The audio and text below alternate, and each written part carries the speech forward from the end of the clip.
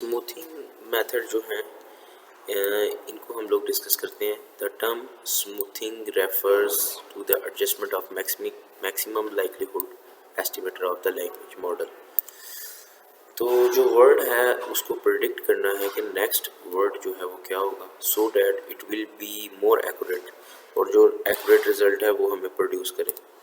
Smoothing हमें next predicted estimator जो उसके साथ ग्रामेटिकली भी एडजस्ट होता होगा उसको भी वर्ड को प्रिडिक्ट करके देगा।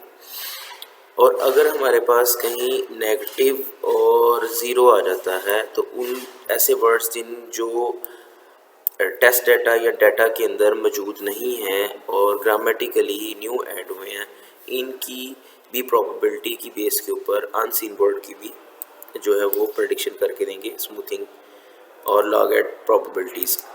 लैप्लास स्मूथिंग जो है ये दो और लॉग एट प्रोबेबिलिटीज़ को यूज़ किया गया है। ये दो मेथड्स हैं जिनको हम लोग यूज़ करते हैं मैक्सिमम लाइक्लीहुड एस्टिमेटर कैलकुलेट करने के लिए। हमारे पास ये एग्जांपल है और ये हमारे पास जो है गिवन कॉर्पस है, और इस कॉर्पस के अकॉर्डिंग हम लोगों ने ये फ्रीक्वेंसी फाइंड आउट की हुई है।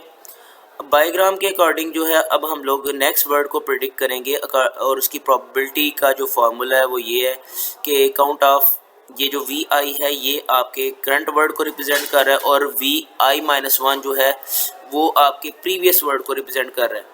यानी प्रोबेबिलिटी फाइंड कर रहा है कि प्रीवियस और करंट वर्ड के अकॉर्डिंग। तो ये इसका फार्मूला है, इस फार्मूले के अकॉर्डिंग देखें। नेक्स्ट हम लोग एग्जांपल के थ्रू वेरिफिकेशन करते हैं। बस ये एग्जांपल है, एग्जांपल में हमारे पास बायोग्राम मॉडल के अकॉर्डिंग ये जो है गिवन कॉर्पस है उसके अकॉर्डिंग हम लोगों के पास फ्रीक्वेंसी है, और हम लोगों ने देखना है कि प्रोबेबिलिटी के अकॉर्डिंग कौन सी स्टेटमेंट जो है वो बताएगी कि इसका नेक्स्ट वर्ड जो है वो प्रिडिक्टेड वर्ड है और किसके ज़्यादा चांसेस होंगे। अगर एक स्टेटमेंट है और उसमें कौन सा वर्ड आने के ज़्यादा चांसेस हैं, और अगर स्टेटमेंट के अकॉर्डिंग देखा जाए तो अब यहाँ देखें एस से पहले हमारे पास कोई वर्ड नहीं है, सो इसकी प्रोबेबिलिटी नहीं फाइंड की जाएगी। आई से पहले \s है, एस हमारे पास प्रीवियस वर्ड होता है और आई हमारे पास करंट वर्ड होता है। इसके बाद लाई का आई के साथ प्रोबेबिलिटी, और कॉलेज की लाई के साथ है, और फिर एस की कॉलेज के साथ। अब आई का अगर हम प्रीवियस वर्ड देखें तो उसके साथ आई कितनी दफ़ा आया है प्रीवियस वर्ड, तो आई हमारे पास 1, 2 एंड 3 टाइम आया। सो 3/7 क्या है इसकी frequency. Angle bracket S angle bracket close जो है इसकी जो स्टार्टिंग सेंटेंस है इसकी फ्रीक्वेंसी 7 है। सो हर एक को 3 से डिवाइड किया गया और उसके बाद उसकी जो प्रोबेबिलिटी है वो 0.13 आ गई है। सो एड लॉग प्रोबेबिलिटी के अकॉर्डिंग हम लोगों ने क्या किया, एरर्स को मिनिमाइज करने के लिए क्या किया है कि इनकी लॉग ले लिया, इन सब का लॉग लिया जो भी हमारे पास 3/7 का, तो हमारे पास आंसर आया -2.0513।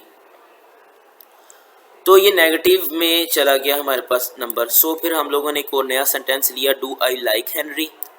तो डू आई लाइक हेनरी, तो इसकी भी प्रोबेबिलिटी फाइंड किया सेम, और उसका लॉग लेने के बाद -3.6607 आंसर आया। तो सो हमारे पास जो बिग आंसर है, हाई प्रोबेबिलिटी हमारे पास बायोग्राम के अकॉर्डिंग अगर देखें तो ये जो रिज़ल्ट है -2.0, ये स्टेटमेंट के ज़्यादा चांसेस हैं आने के। तो आई लाइक के बाद कॉलेज या आई लाइक कॉलेज जो है ये ग्रामेटिकली ज़्यादा अगर गिवन कॉर्पस के अकॉर्डिंग देखा जाए तो चांसेस हैं डू आई लाइक हेनरी से। तो ये मोस्ट प्रोबेबल है फर्स्ट स्टेटमेंट कि वो ज़्यादा आने के चांसेस हैं। इसी तरह जब हम लोगों ने नेक्स्ट, अब हमारे पास जो गिवन कॉर्पस है ये, इसमें अगर हम देखें तो ये फ्रीक्वेंसी वही है, लेकिन सेंटेंस हमारे पास है लाइक कॉलेज। कौन सी स्टेटमेंट ज़्यादा आने के चांसेस होंगे, तो स्टेटमेंट के अगर अकॉर्डिंग देखा जाए तो लाइक का बायोग्राम देखें, एस के साथ किसी भी सेंटेंस में लाइक नहीं आ रहा। लाइक का सेंटेंस के स्टार्ट के साथ कोई प्रोबेबिलिटी नहीं है। तो सो लाइक एस के साथ जो है वो 0 टाइम आया, तो 0 डिवाइडेड बाय 7 अगर हम करते हैं तो सारी की सारी वैल्यूज़ जो हैं वो 0 हो जाएंगी। अब दूसरा, अगर डू आई लाइक हेनरी को देखा जाए, यानी हम लोगों ने सिर्फ यहाँ से आई वर्ड जो है इसको रिमूव करके दो वर्ड का जो है वो दो वर्ड सेंटेंस के 2 वर्ड्स को अगर देखें तो उसके अकॉर्डिंग हमने देखा है तो हमारे पास प्रोबेबिलिटी जो है वो 0 आ गई है। तो ये एक प्रॉब्लम थी, तो उस प्रॉब्लम्स को कैसे रिमूव किया गया उसको देखते हैं।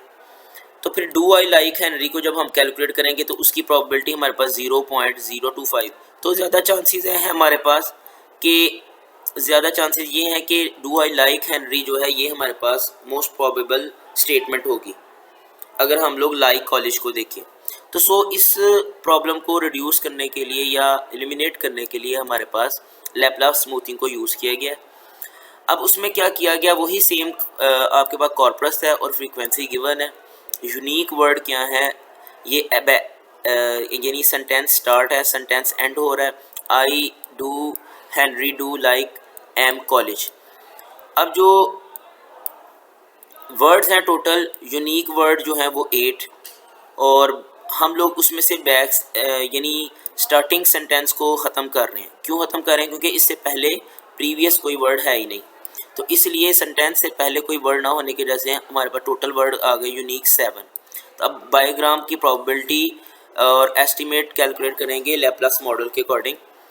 तो उसमें देखें, अब हमारे पास स्टेटमेंट है वही लाइक कॉलेज वाली जिसमें हमारे पास प्रोबेबिलिटी 0 आ गई थी, और डू आई लाइक हेनरी। तो देखेंगे किसके ज़्यादा चांसेस हैं। तो एस का लाइक के साथ किया था तो 0 आ गया था हमारे पास, और एस टोटल जो आया था 7। तो हमारे पास जो फ्रीक्वेंसी प्रोबेबिलिटी आ रही है उसके अकॉर्डिंग देखा जाए तो 0 डिवाइडेड बाय 7 बन रहा था। तो हम लोगों ने क्या करना है, ऊपर वाले जहाँ जहाँ 0 आएगा ऊपर वाली जो वैल्यूज़ हैं उनमें 1 प्लस कर देना है, और नीचे वाले में टोटल यूनिक वर्ड्स जो हैं उनकी वैल्यू को प्लस कर देना है। तो यूनिक वर्ड जो है हमारे पास प्रीवियस स्लाइड्स में हमने देखा है 7 हमारे पास यूनिक वर्ड थे, तो उनको ऐड कर देना है। तो सो जहाँ जहाँ 0 है उसको आपने 1 कर देना है, यानी ऐड 1 कर देना, और नीचे वाली वैल्यूज़ में 7 ऐड कर देना। सो हमारे पास जो अब प्रोबेबिलिटी आएगी वो आएगी 0.0095। और डू आई लाइक हेनरी को भी सेम इसी तरह आपने कैलकुलेट किया, ऊपर वाली वैल्यूज़ में आपने +1 और नीचे वाली वैल्यू में 7 ऐड करने के बाद हमारे पास 0.0020 आ गया। तो जो हायर नंबर है वो हमारे पास 0.0095 है। सो अब लाइक कॉलेज हमारे पास स्टेटमेंट के अकॉर्डिंग देखा जाए द मोस्ट प्रोबेबल जो है वो स्टेटमेंट है, जो स्टेटमेंट हमारे पास है जिसके आने के ज़्यादा चांसेस है अगर गिवन कॉर्पस में हम देखें। तो ये हमारे पास लास्ट था जी